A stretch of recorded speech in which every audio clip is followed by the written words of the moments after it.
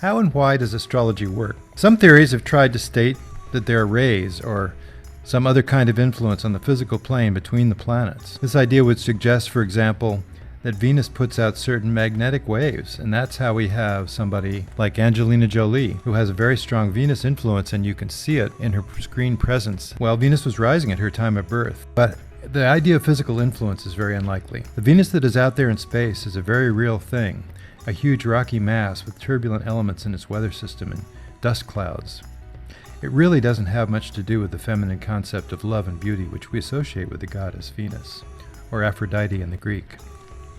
However, when we see how many connections there are between astrology and life on planet Earth, we can see that there is some kind of other factor that's at play.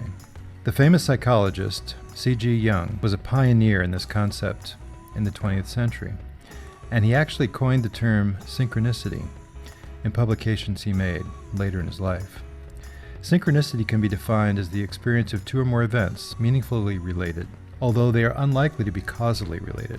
As a boy growing up, Jung was aware that there were such things as common acausal connections. For example, he noticed that there was a peasant belief in birds over death houses that were related to the death. Now, you wouldn't want to say that the birds caused the death, and you wouldn't want to say that the death caused the birds to flock. It is a coincidence of events that carries a meaning. Astrology works in much the same way. There is a symbolic connection between the planetary movements and our personal and social makeup. Astrology reveals your higher self. The astrology, as seen in this course, follows in the steps of the humanistic school of Western astrology as represented by the late great Dane Rudhyar, and represents also the philosophy of C.G. Jung, who is a great soul of archetypal astrology. In the light of this background, let's see how astrology can show you more about yourself by revealing your hidden motivations and talents, as well as your hang-ups that stand in the way of living a more whole life and that represent challenges to be worked through rather than immovable limitations.